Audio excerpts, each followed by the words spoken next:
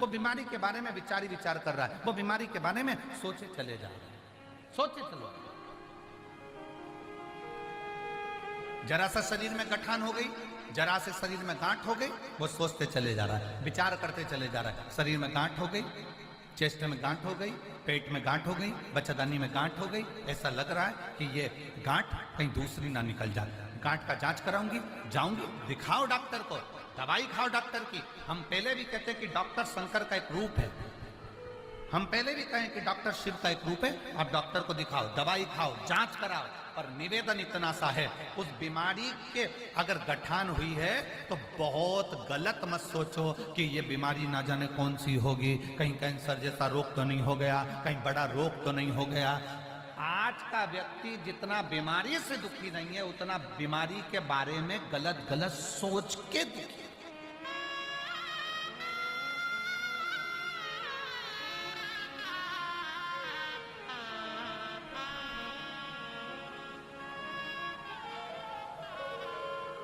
एक पत्र है, अच्छा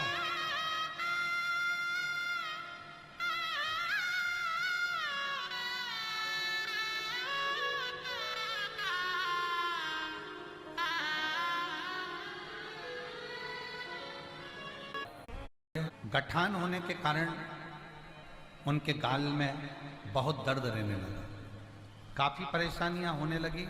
फिर पता चला कि डॉक्टर ने जांच करा और जांच करने के बाद कह दिया कि इनको कैंसर। अब मुंह का उनको कैंसर बताया। हम लोग घबरा गए, क्योंकि कैंसर भी सेकंड स्टेज का बताया। अब करें तो करें क्या? गुरुदेव, डॉक्टर ने कहा जल्दी से ऑपरेशन करना पड़ेगा। अब ऑपरेशन करने की बारी आई और मुंह का ऑपरेशन भी डॉक्टर ने कर दिया। एक हॉस्पिटल में दिखाया, उन्होंने कहा कैंसर है। 2 हॉस्पिटल में दिखाया, उन्होंने कहा कैंसर है। 3 हॉस्पिटल में दिखाया, उन्होंने कैंसर है। फिर मन नहीं माना तो हमने कहा कि अब मुंबई की जांच कराई।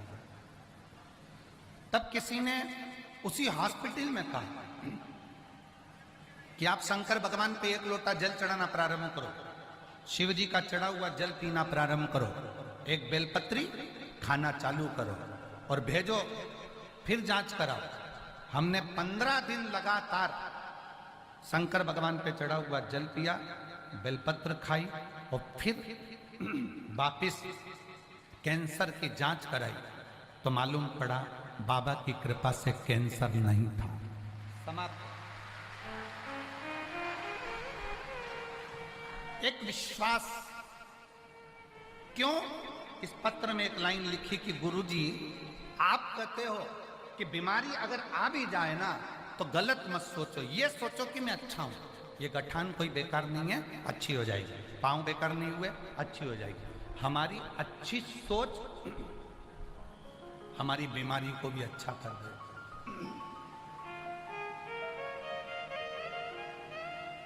हमारे अच्छे विचार हमारे रोग को, हमारी तकलीफों को समाप्त कर देते हैं।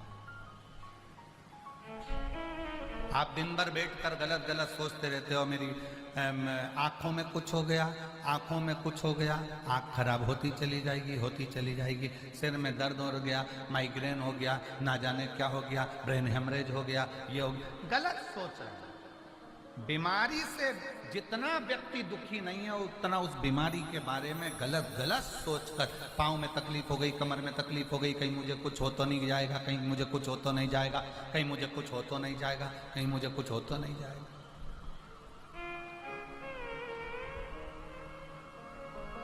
क्यों गलत सोच रहे?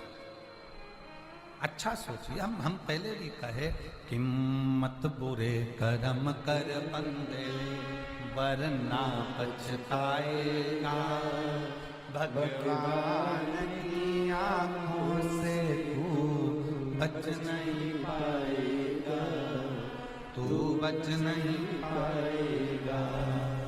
अरे ओ अज्ञानी मत करना, अरे ओ अज्ञानी मत करना जानी। तेरे कर्म का फल भी तू ही पाएगा, जैसा किया तूने तेरे आगे आएगा। मत बुरे कर्म कर वरना पछताएगा, भगवान की आंखों से तो बच नहीं पाएगा, तो बच नहीं पाएगा। अपना अच्छा सोच लेकर आओ, अच्छे विचार लेकर आओ, अच्छे कर्म करते चले। अगर अच्छी सोच रख रहे हो, अच्छे विचार रख रहे हो, अच्छा कर्म कर रहे हो, तो दुनिया में किसी की सामर्थ्यता नहीं है कि कोई तुम्हारा बुरा कर दे। किसी की सामर्थ्यता नहीं कि कोई तुम्हारा बुरा कर दे। चाहे फिर कोई नींबू पटक दे, चाहे फिर कोई मिर्ची पटक दे, चाहे कोई फिर तंत्र कर दे, फिर चाहे कोई मंत्र कर दे, दुनिया में किसी की सामर्थ्यता नहीं कि कोई तुम्हारा बुरा कर दे। अगर दिल साफ है तो नियत साफ है तो परमात्मा भी देता ही देता है।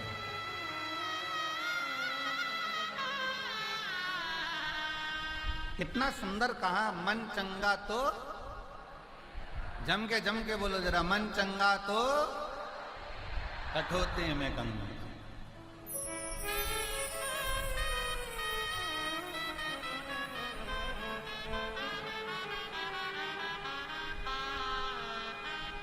और अगर मन चंगा नहीं तो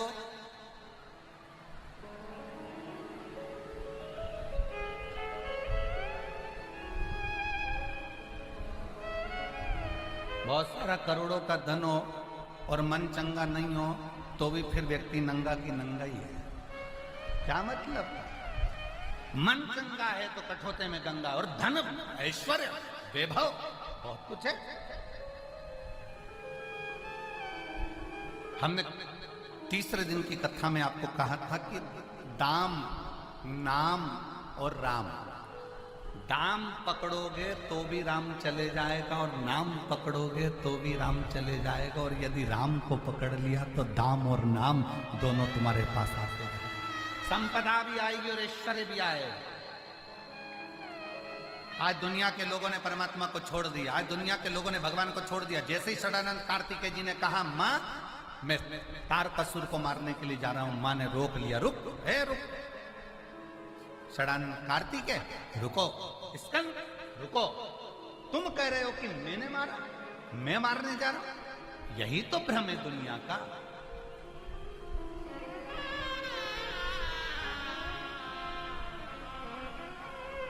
कई माताएं कह देती है वो तो मैं जिंदा हूं तो घर चल रहा है, जिस दिन मैं मर गई तो आटे दाल का भाव मालूम पड़ जाएगा। ये मैं का जो संबोधन है ना, ये बहुत भारी संबोधन है। होता है, एक टीचर ने एक बच्चे से, स्टूडेंटों से स्कूल में प्रश्न किया क्लास, बच्चों गुड मॉर्निंग। बच्चे भी गुड मॉर्निंग बोल दिए, बैठ गए, पढ़ाने लगे। फिर टीचर ने कहा कि एक बात बताओ, मैं जब दिल्ली से प्रयाग चला था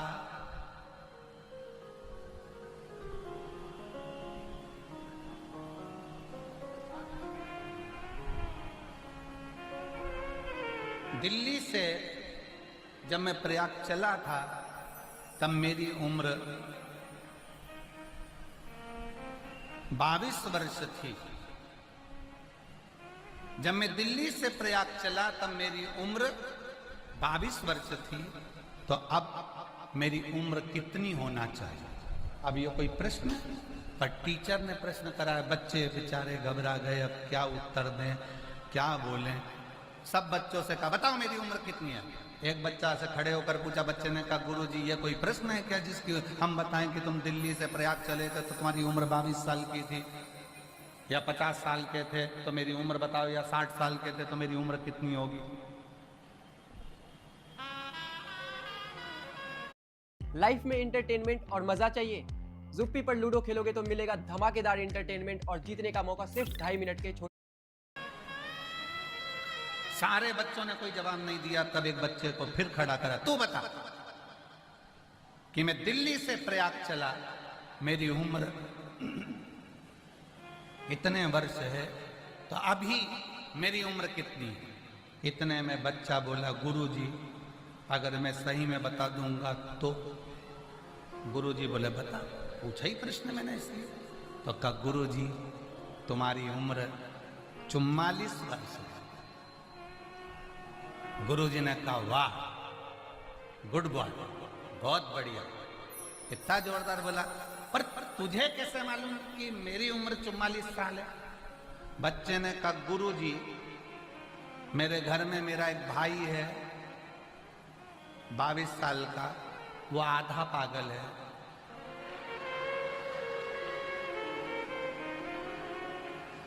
और तुम्हारी उम्र 44 साल है, तुम पूरे पागल हो। आपको ही, मेरे भाई की उम्र को मैंने दुगना कर दिया। ये कोई प्रश्न है? हम भी हमारे भ्रम में जी रहे हैं। माताएं कहती हैं मैं जिंदा हूं तो घर चल रहा है, भाई कह देते हैं मैं दुकान चला रहा हूं, मैं काम कर रहा हूं, मैं मेहनत कर रहा हूं, मैं कर रहा हूं, मैं नहीं करूं तो कुछ भी नहीं हो। अगर मैं ना करूं तो कुछ ना हो, कुछ भी नहीं।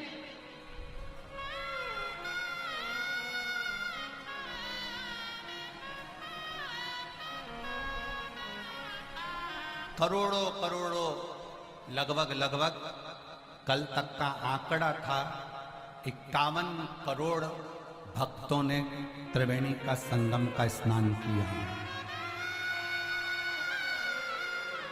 अब 51 करोड़ भक्तों को कौन संभाल रहा था? अगर संभालने वाला कोई था, माना प्रशासन ने पूरी बहुत व्यवस्थाएं करी, पर सत्यता तो ये है कि इतने करोड़ों को आना जाना खाना रहना, कब आ रहे थे कब जा रहे थे। अगर प्रयाग वाले एकांत में बैठकर विचार करेंगे तो उनको लगेगा इसको बुलाने वाला, खिलाने वाला, सुलाने वाला, निलाने वाला कोई दूसरा नहीं था, स्वयं गंगा महारानी कर रही थी वो रखने वाला। सामर्थ्यता नहीं किसी की, सामर्थ्यता नहीं। 51 करोड़ भक्तों को भोजन कराना, 51 करोड़ों की रहने की व्यवस्था, भोजन व्यवस्था, शौचालय व्यवस्था, अन्य व्यवस्था। और उसके बाद भी कई लोग ऐसे हैं कि दिन भर बैठकर गलतियां छांटते रहते हैं। बताओ इतनी सारी गंदगी हो गई। अरे गंदे आदमी, तू गंदगी देखी क्यों रहा है? तू तो अच्छा देखना।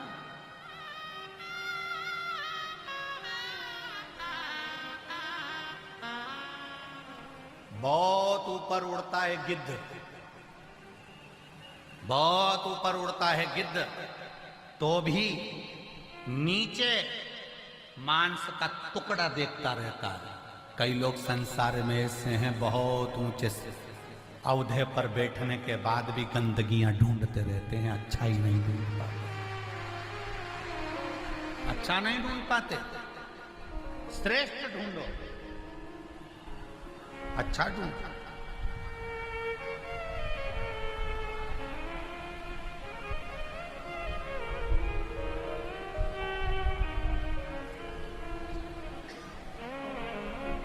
यहाँ पर एक माता बैठी है जो अपने परिवार के साथ में कथा सुनने के लिए जब पहले दिन वहां से चली थी तो ट्रैफिक में फंस गई थी, बहुत भीड़ थी। हमको जहां हम रुके हैं सतवा बाबा शिविर में, वहीं पर वो अपनी बात सुना रही थी। कहीं बैठी होगी तो वो खड़ी हो जाएगी कि गुरुजी हम ट्रैफिक में फंस गए, इतना भीड़। परिवार वालों ने कहा कि कितना किलोमीटर बचा है, तो कहा कि 10 किलोमीटर बचा है, पर पहुंचना बड़ा मुश्किल है। तो बच्चों ने कहा एक काम करो माँ, वापिस आ जाओ। हम और वो महिला बैठी होगी, हम लोग जब वापस जाने का विचार करा, तब हमने सोचा कि भोले बाबा, हम तो जब घर से चले थे तो 1 लोटा जल चढ़ा के चले थे कि शिव महापुराण की कथा प्रयाग में सुनेंगे। कहीं बैठी होगी तो वो हाथ हिला सकती है कि 1 लोटा जल चढ़ाकर चले थे कि बाबा हमको कथा सुनने को मिलेगी और हम कथा सुनेंगे, पर हम तो वापिस जा रहे हैं।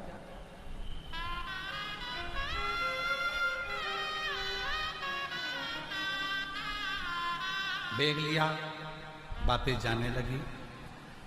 एक ऑटो वाला आया, ऑटो वाला आकर कहता है तुम वो प्रदीप मिश्रा कथा कर रहा है, वहां जाना है तुमको? कहाँ? सतुआ बाबा शिविर में। हाँ, तो कथा तो कल से चालू होगी। हाँ, चलो मेरे ऑटो में बैठो, मैं तुमको लेकर चलता हूँ। वो महिला बोली कि वो मोटरसाइकिल वाला तो इतना बता रहा था, वो इतना बता रहा था, हमारे पास तो पैसा भी इतना नहीं है, केवल 150 रुपये पड़े हैं, अगर तुम 10 किलोमीटर दूर ले जाओ। उसने कहा पैसे के लिए थोड़ी ना काम कर रहा, तू तो बैठ मेरी ऑटो में। ना जाने कौन सी गली गली में से वो ऑटो घुमा घुमा कर लाया और सीधे कोई ऑटो उस दिन अंदर नहीं आ रहा था, इसी पंडाल के बाहर मुझे छोड़कर चले गया। 1 रुपया भी लेकर नहीं, 1 रुपया। और मैं प्रयागराज के बेटों को, प्रयागराज की बेटियों को धन्यवाद दूंगा। कई बेटे बेटियां प्रयागराज के ऐसे हैं जिन्होंने भले पूरे मेले में जो भी व्यापार करा हो, दुकान लगाई हो, कार्य करा हो, मोटरसाइकिल चलाई हो, गाड़ियां चलाई हो, पर कई प्रयागराज के बेटा बेटी स्कूटी से, मोटरसाइकिल से बुजुर्गों को फ्री में पंडाल तक छोड़ रहे हैं और पंडाल से उनके पंडाल तक छोड़ रहे हैं। उनको नमन है, 1 रुपया नहीं। ये सहजता का विषय, ये सरल। कौन आता है कौन बुलाता है, महज ब्रह्म है, करता सब विधाता है, करने वाला तो शिव है। आप और हम तो माता पार्वती जी का ये शब्द अपने पुत्र के लिए, स्कंद के लिए, स्कंद ये मत के कि मैं तारकासुर को मारूंगा। तारकासुर को तू नहीं मार सकता। तारकासुर ने शंकर भगवान की वो आराधना करी है, तारकासुर ने वो वचन मांगा है। तारकासुर ने ये नहीं मांगा कि मैं शंकर भगवान से मरूं, तारकासुर ने मांगा कि मैं शंकर के पुत्र के द्वारा मरूं, क्योंकि शंकर को इतना प्रेम करता है तारकासुर। शिव जी को अकेला बैठा देखता है ना तो दिल दुखता है। इंद्र के संग इंद्राणी है, ब्रह्मा के संग ब्रह्माणी है, नारायण के साथ में लक्ष्मी है, सारे देवताओं की धर्म पत्नियां उनके साथ है। सती मैया जब जलकर भस्म हो गई, अकेला, अकेले देवाधिदेव महादेव है। तारकासुर की आंखों में जल भर जाता है कि मेरे महादेव अकेले रहेगा। तारकासुर ने विचार कर लिया, मरूंगा तो शरीर, पर शंकर भगवान को जोड़े से बिठा कर जाऊंगा तब मरूंगा, ऐसे कैसे मरता। और ब्रह्मा जी ने कहा वर मांग ले तारका। तारकासुर कहता है वर दीजिए, अगर वर देना है तो ऐसा वर दीजिए कि मैं मरूं नहीं, और कुछ वर मांग ले तो वर ऐसा दीजिए कि मरूं तो शिव के पुत्र के द्वारा मरूं, क्योंकि शिव का पुत्र जब होगा, जब शादी होगी तो मेरा मन खुश हो जाएगा, फिर भले मर जाऊं।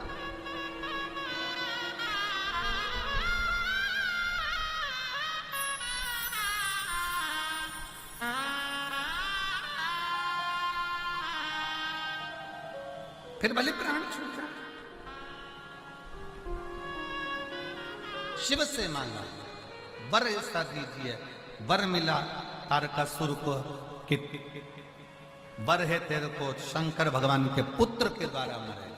पार्वती जी कह रही हैं अपने पुत्र षडानंद कार्तिकेय को, ना ये मत के कि मैं तारकासुर को मारूंगा, तारकासुर को तू नहीं मार सकता। तारकासुर के दिल में शिव बसा है। महाकाल के भक्त पर अगर एक उंगली उठा, एक निगाह उठाकर कोई देख ले, महाकाल के भक्त पर कोई गलत दृष्टि से देख ले, तो उसका जवाब भक्त नहीं देता, वो भस्म रमाने वाला स्वयं आकर देता। महाकाल का भक्त स्वयं जवाब नहीं देता, महाकाल का भक्त स्वयं जवाब नहीं दे पाता। महाकाल का भक्त अपशब्द कहने वाले अपशब्द कह देते हैं, ताना देने वाले ताना दे देते हैं, गाली देने वाले गाली दे देते हैं, आड़ा टेढ़ा कहने वाले आड़ा टेढ़ा कह देते हैं, पर शंकर का भक्त मौन होकर आनंद के साथ शिव भक्ति में रमा रहता है। जवाब वो दे, कोई दूसरा क्यों जवाब देगा? जवाब वो दे। अच्छा एक बात बताओ, पति के साथ पत्नी जा रही हो, बाप के साथ बेटी जा रही हो, भाई के साथ बहन जा रही हो, जेठ के साथ बहू जा रही हो, मामा के साथ भांजी जा रही हो, ताऊ के साथ बेटी जा रही हो, और अगर रास्ते में चलते चलते कोई अपशब्द कह दे तो बहन जवाब देगी, बेटी जवाब देगी, बहू जवाब देगी, या उसके साथ में जो होगा उसका पति, उसका बेटा, उसका पुत्र, उसका भाई, उसका ताऊ, उसका मामा, जवाब कौन देगा? बेटी नहीं। जब आप शंकर की भक्ति करते हो, एक लोटा जल चढ़ाने के लिए जाते हो, शंकर को एक लोटा जल चढ़ाने के लिए जाते हो, शंकर भगवान के मंदिर में सुबह सुबह पहुंचकर एक लोटा जल जब तुम चढ़ाते हो, सुबह के समय पर जाकर जब एक लोटा जल समर्पित करते हो, उस समय से लेकर 24 घंटे हर पल हर घड़ी शंकर भगवान तुम्हारे बाप बनकर तुम्हारे साथ साथ चलते हैं। अगर दुनिया की गलत दृष्टि पड़ती है तो जवाब स्वयं काल अधिपति महाकाल देता है। जवाब कोई दूसरा नहीं देता, जवाब देता है काल अधिपति महाकाल। अकाल मृत्यु वो मरे जो काम करे चंडाल का, काल उसका क्या बिगाड़े जो भक्त हो महा। जवाब वो दे, हम जवाब क्यों दे? हम तो भरोसे चलते हैं, हम तो बाबा के भरोसे चलते हैं। ये दुनिया जलते हैं, ये दुनिया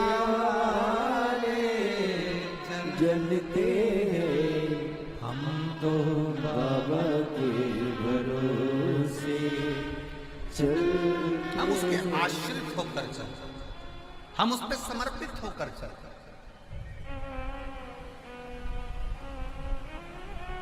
हम अगर उसके दरवाजे पर जाकर विनय कर रहे हैं, निवेदन कर रहे हैं, उससे विनती कर रहे हैं, उसकी अर्चना कर रहे हैं, उसके आश्रित, उसके आश्रित।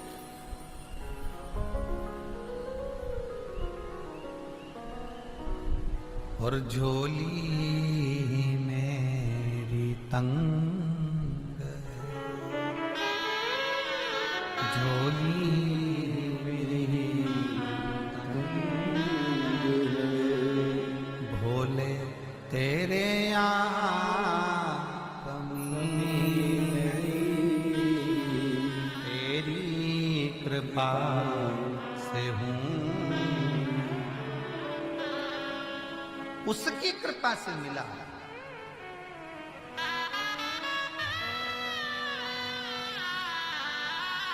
उसकी कृपा, इसीलिए कहते हैं जो जैसी भावना लाया वो वैसा ही फल पाया, नहीं खाने से लौटाया वो मन ही मन और कर दिया माला माल काशी दिया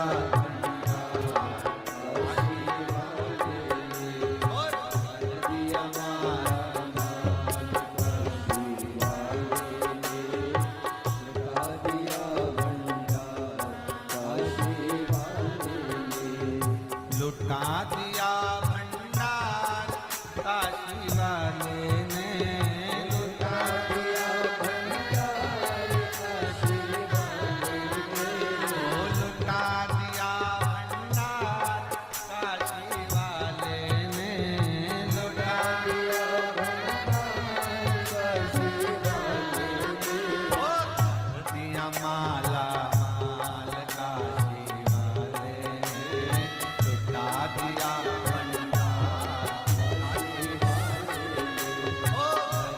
दोनों